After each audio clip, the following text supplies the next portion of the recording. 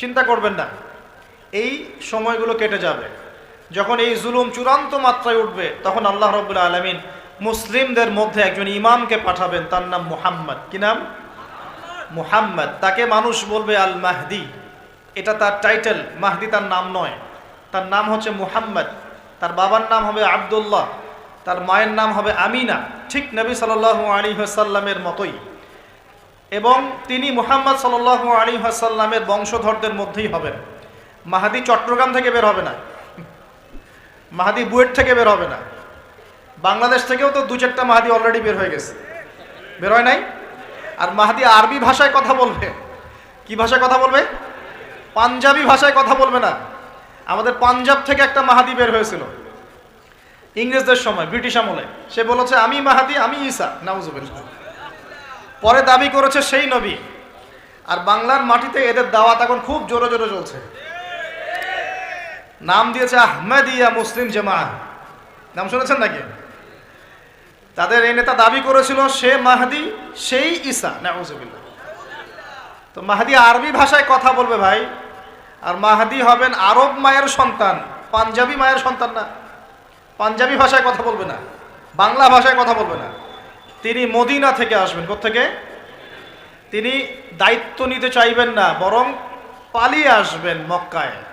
মানুষ তাকে জোর করে দায়িত্ব দিবে। আপনারা যারা হজ করেছেন, কাবা ঘরের এই যে তাওয়াফ তো করেছেন মাশাআল্লাহ, তাওয়াফ এবং এই যে আপনার মাকামে ইব্রাহিম, এর মাঝখানে ইমাম মাহাদিকে তারা পেয়ে যাবে এবং সেখানে তার হাতে বায়াত নেওয়া হবে এবং তিনি মুসলিমদেরকে ঐক্যবদ্ধ করে এই জুলুমের এগেনস্টে যুদ্ধ করবেন ইনশাআল্লাহ। বিশ্ব এখন অনেক কিছু দেখা বাকি আছে, হতাশ হবেন না। বিশ্বে এখন অনেক কিছু ঘটা বাকি আছে। মহামারী হয়েছে, জালজালা হবে, হ্যাঁ আল্লাহ পাকের আযাব গজবগুলো আসবে, নৈতিকতার অবক্ষয় হবে, জুলুম বাড়বে, ঘরে ঘরে ফিতনা ছড়িয়ে পড়বে। এর মধ্যেও আসহাবুল কাহাফের মতো কিছু মানুষ ঈমানও ধরে রাখবে ইনশাআল্লাহ। আল্লাহ পাক যাদেরকে দিয়ে কাজ নিবেন, আল্লাহ পাক তাদেরকে তৈরি করবেন। নতুন প্রজন্ম আল্লাহ পাক নিয়ে আসবেন। কোরআনকে কেউ মিটিয়ে ফেলতে পারবে না, সুন্নতকে কেউ মিটিয়ে ফেলতে পারবে না। এটা পৃথিবীতে থাকবেই ইনশাআল্লাহ। প্রত্যেক দেশে দেশে, জেলায়, থানায়, প্রত্যেকটা জায়গায় আল্লাহ ভীরু কিছু মানুষ থাকবে ইনশাআল্লাহ। আল্লাহ পাক তাদের অন্তরের মধ্যে গায়েবী একটা মিল বন্ধন দিয়ে দিবে ইনশাআল্লাহ। এভাবে চলতে থাকবে সময়। যখন ইমামুল মাহদি আসবেন, তখন বিশ্বে যুদ্ধ বিগ্রহ চলতে থাকবে, অনেক ব্যাপক যুদ্ধ চলতে থাকবে। তখন ইমামুল মাহদি মুসলিমদেরকে নিয়ে এই যে জালেম শক্তির বিরুদ্ধে যুদ্ধ করে ওই জায়গা স্বাধীন করবে ইনশাআল্লাহ। কিন্তু তারপরেও দাজ্জালকে হত্যা করা যাবে না। দাজ্জাল খুবই শক্তিশালী হবে এবং তার অনুসারীরা হবে প্রচণ্ড শক্তিশালী। তখন আল্লাহ রাব্বুল আলামিন এই মিথ্যা মাসিহকে মেরে ফেলার জন্যে আল্লাহ পাক আসমান থেকে সত্য মাসিহ ঈসা আলাইহিস সালামকে আবার পাঠাবেন। বলেন সুবহানাল্লাহ। আল্লাহ রাব্বুল আলামিন সূরা মাঈদার মধ্যে বলেছেন, ওয়ামা কাতালুহু ওয়ামা সালাবুহু, তারা তাকে হত্যাও করে নাই, ক্রুশবিদ্ধও করে নাই। বাল রাফাআহু আল্লাহু ইলাইহি, বরং আল্লাহ পাক তাকে তার দিকে উঠিয়ে নিয়েছেন। সুবহানাল্লাহ। তিনি কোথায় আসবেন? তিনি সিরিয়াতে নামবেন। কোথায়? সিরিয়ায়। এই যে টার্কি এবং সিরিয়ার জায়গায় যেখানে ভূমিকম্প হলো, সবাই তুরস্ক নিয়ে অনেক বেশি ব্যস্ত, কিন্তু সিরিয়াতে কিন্তু অনেক ক্ষতি হয়েছে, এদিকে মানুষ দেখছে না। আর সিরিয়ার মানুষদের কি যে দুর্ভোগ, কি যে দুর্দশা, এটা দেখার জন্য শুধু আল্লাহই আছেন, আমরা কেউই নাই। এটা দেখার জন্য শুধু আল্লাহ আছেন, আর কেউ নাই পাশে। এই 12-14 বছরের যুদ্ধ বিগ্রহে যা হয়েছে সিরিয়ার অবস্থা, ওইটাকে খেলার মাঠ পেয়েছে পশ্চিমারা। এই মাঠের মধ্যে তুরস্কও ঢুকে গিয়েছিল, এটাও একটা শাস্তি হতে পারে। ন্যাটোর সাথে ঢুকে সেও এখানে হামলা চালিয়েছে, এটাও হতে পারে, আল্লাহ ভালো জানেন। সিরিয়ার মাজলুম শিশুদেরকে আকাশের নিচে রাত কাটাতে হয়, 3 দিনে একবার খাবার পায় তারা। একই অবস্থা ইয়েমেনেও আছে। ইয়েমেনে যে বলা হয় যে 5 থেকে 6 লক্ষ মানুষ মারা গেছে বিগত গৃহযুদ্ধে 2010 সাল থেকে। আর সেখানে যতজন মানুষ মারা গেছে তার মধ্যে 60% হচ্ছে বাচ্চা। তো এই বাচ্চাদের কি দোষ ছিল? তারা কি জানতো শিয়া কাকে বলে, সুন্নি কাকে বলে? তারা কি জানে দুনিয়া কি, আখেরাত কি? তারা কি জানে কোনটা হক কোনটা বাতিল? তারা তো জানে যে মায়ের বুকের দুধ খেতে হয়, দুধের বাচ্চাগুলো দুধ পায় না, মায়েরা দুধ দিতে পারে না, খাবার নাই, দুর্ভিক্ষ। এই সংকটের জন্য কে দায়ী? আল্লাহ না মানুষ? কে দায়ী? যাহারাল ফাসাদু ফিল বাররি ওয়াল বাহরি বিমা কাসাবাত আইদিন নাস। আল্লাহ পাক বলছেন জলে স্থলে যে বিপর্যয়গুলো ছড়িয়ে পড়েছে এগুলো মানুষের হাতের কামাই। কার হাতের কামাই? মানুষের হাতের কামাই। একই অবস্থা ইরাকেও ছিল, মনে আছে? সাদ্দাম হোসেনের কাছে পারমাণবিক অস্ত্র আছে বলে কত নাকি করা হলো, করে লক্ষ লক্ষ মানুষকে মেরে ফেলা হলো। পরে বলল আমরা সরি, আসলে সেখানে কোনো অস্ত্র ছিল না, we are sorry for that. তারা বলে দিল আমরা এর জন্য সরি, ব্যাস লক্ষ লক্ষ মানুষের রক্ত ঋণ শোধ হয়ে গেল। আবু গারিব নামে একটা কারাগার ছিল, এখনো আছে। ওই কারাগারের মধ্যে মুসলিমদেরকে ঢুকিয়ে যে নির্মম নির্যাতন করা হতো আপনারা জানেন না। পাকিস্তানের একজন ডক্টর মহিলা, ওই যে উনি নিউরো মেডিসিন ডক্টর আফিয়া, উনাকে মনে হয় 10 থেকে 12 বছর ধরে ওখানে নির্যাতন করা হয়েছে। আপনার বোনকে যদি একবার কেউ খারাপ নজরে তাকায় আপনার কেমন মনে হয়? আপনার মায়ের দিকে যদি কেউ একবার খারাপ নজরে তাকায়, একটা খারাপ মন্তব্য করে, আপনার কি মনে হয়? আপনার স্ত্রীকে যদি কেউ একটু গায়ে টাচ করে চলে যায়, শ্লীলতাহানি করে, টিস করে, আপনার কি মনে হবে? এরকম লক্ষ লক্ষ বোনদেরকে আমাদেরকে এরকম ধর্ষণ করা হয়েছে দিনের পর দিন। গ্যাং রেপ বলে, গ্যাং রেপ মানে একসাথে 10 জন 12 জন মিলে আমাদের বোনদেরকে ধর্ষণ করেছে। মুসলিমরা তো বললাম না, মুসলিমরা পড়ে আছে ওঠেন বসেন নিয়ে, মজা ট্রল এগুলো নিয়ে। সারা বিশ্বে যা হচ্ছে মুসলিমদের সাথে, যদি আমরা সত্যি জানতাম শান্তিতে ঘুমাতেই পারতাম না, আমাদের ঘুম উড়ে যেত চোখ থেকে। বেশি বললেও সমস্যা, বেশি করলেও সমস্যা, কাকেই বলবো, কে বা বুঝবে? দেখা যায় এমন অনেক সময় হয়েছে, অনেক ভালো ভালো নেতা সমাজে এসেছে, আসার পরে জনগণকে বুঝিয়েছে, জনগণ বলছে ঠিক আমরা তোমার সাথে আছি। যেই সেই নেতার উপর কোনো বিপদ এসেছে, জনগণ নাই, কাকে নিয়ে কি করবেন আপনি? কার সামনেই বা কি বলবো?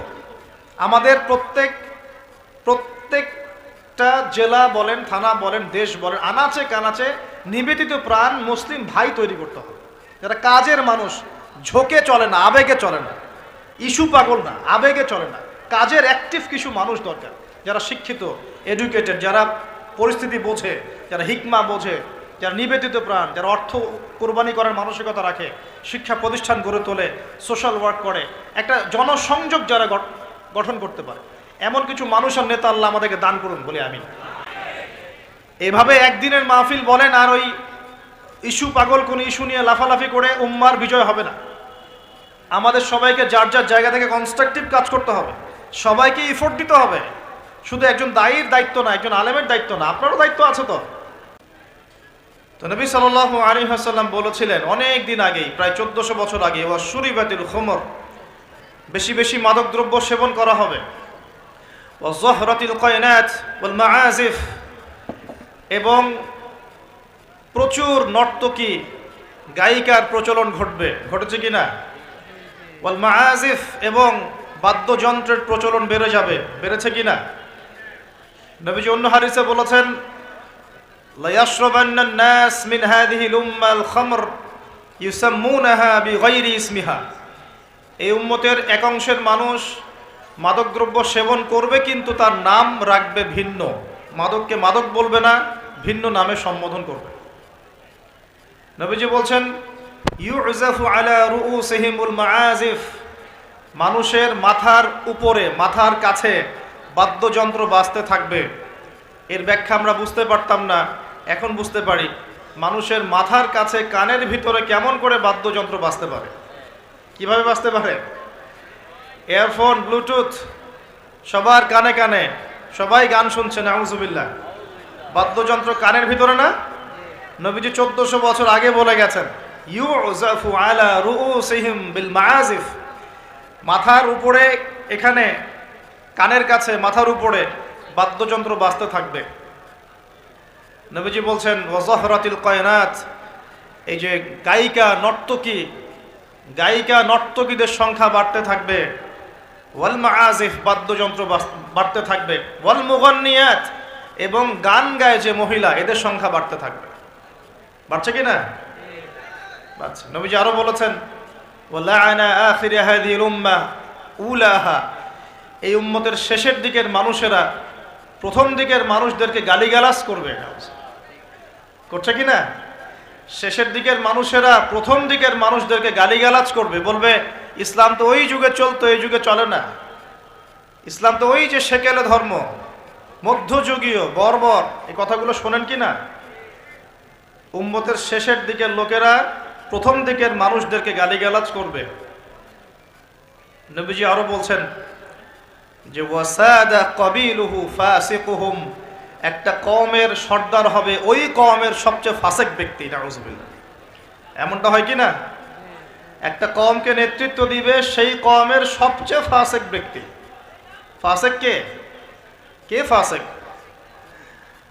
আল্লাহ পাক ইবলিস সম্পর্কে বলছেন যে ইবলিস আদমকে সিজদা করলো না, সূরা কাহাফের মধ্যে। ওয়াইজ কুলনা লিল মালাইকাতি ইসজুদু লিআদম ফাসাজাদু ইল্লা ইবলিস, আমি যখন ফেরেশতাদেরকে বললাম যে আদমকে সিজদা করো, সবাই সিজদা করলো, ইবলিস করলো না।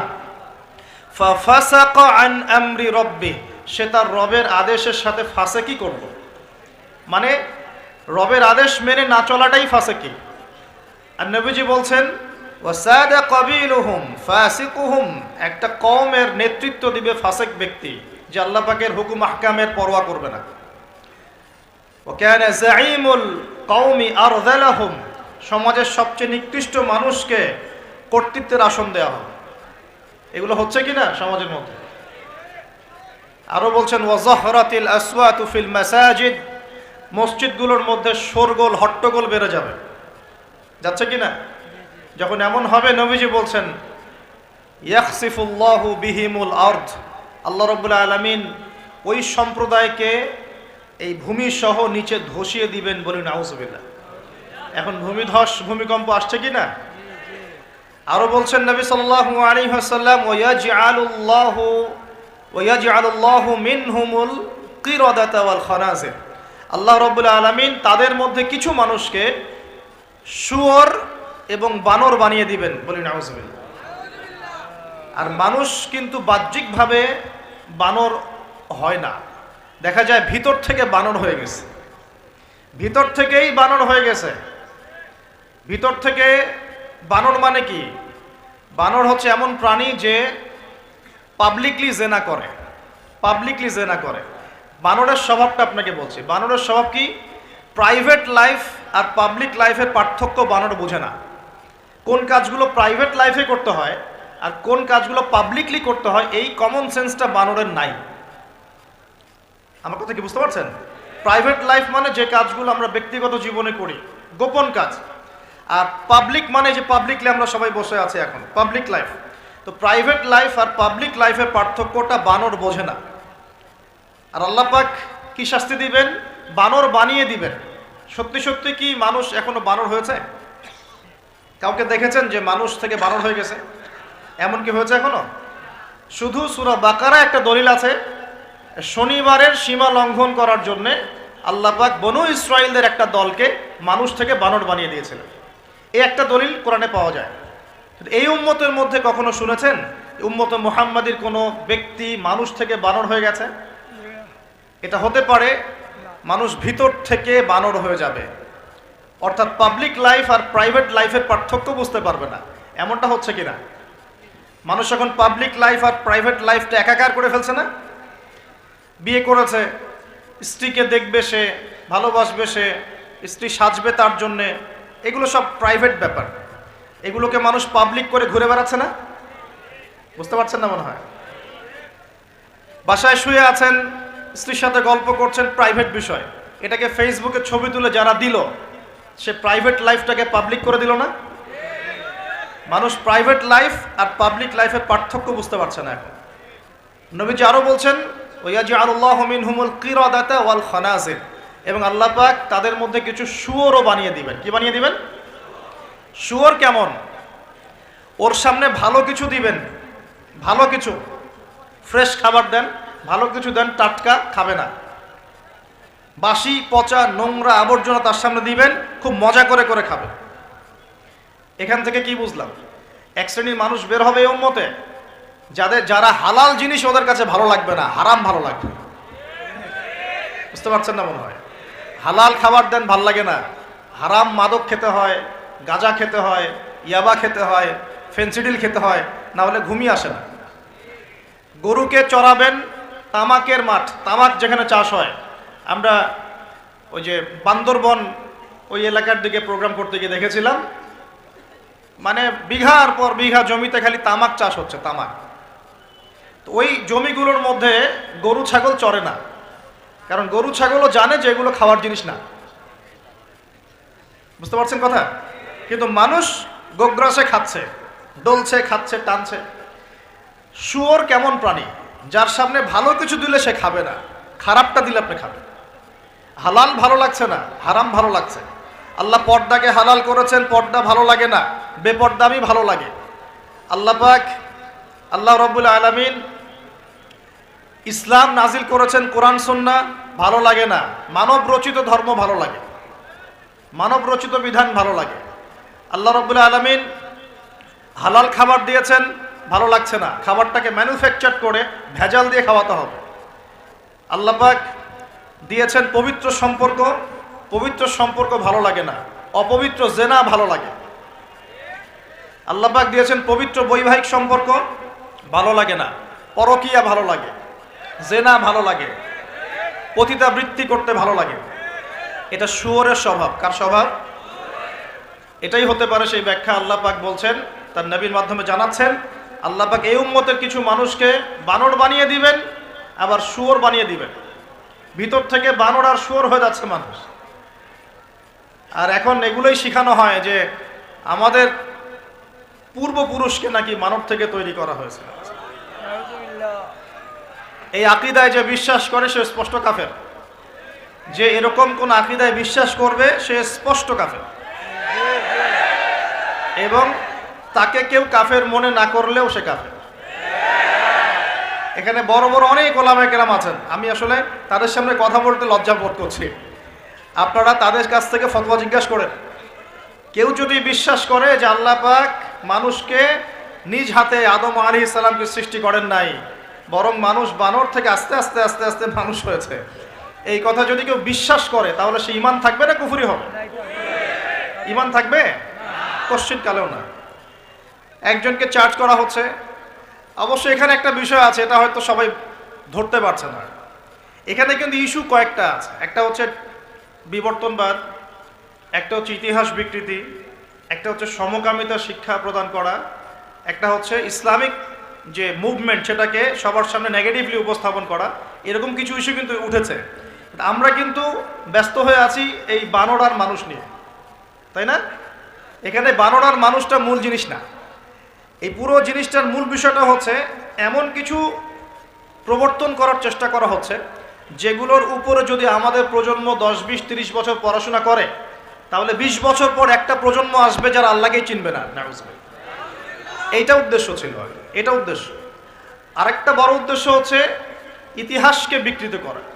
খেয়াল করে দেখবেন, ফরায়েজি আন্দোলন, হাজী মোহাম্মদ শরীয়তুল্লাহ, তিতুমির, এই যে ইংরেজ বিরোধী বিপ্লবে যারা সর্বোচ্চ নেতৃত্ব দিয়েছিলেন, আলহামদুলিল্লাহ, তাদের নামগুলো আস্তে আস্তে আস্তে আস্তে কিন্তু মুছে ফেলার চেষ্টা করা হচ্ছে। এবং এই জায়গায় কিন্তু এমন কিছু শাসনকে হাইলাইট করা হচ্ছে, যেমন সেন শাসন, খেয়াল করেন নাই? তাদেরকে হাইলাইট করার চেষ্টা করা হচ্ছে, এটা খুব ভালো ছিল।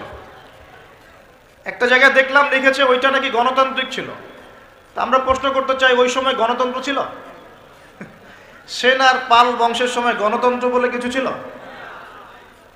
কি দিয়ে মানুষকে কি শেখাচ্ছে আল্লাহ ভালো জানে। তো শিক্ষা ব্যবস্থার বেহাল দশা। কি দশা? বেহাল দশা। আমাদের সন্তানদের ব্যাপারে যদি আমরা সতর্ক না হই, তাহলে ওই যে নবীজি বললেন ওয়াতুউল্লিমা লিগাইরিদ্দিন, ভূমিকম্প, আল্লাহর আযাব, গজব আসার অন্যতম কারণ হবে ধর্ম বিবর্জিত শিক্ষা চালু করা।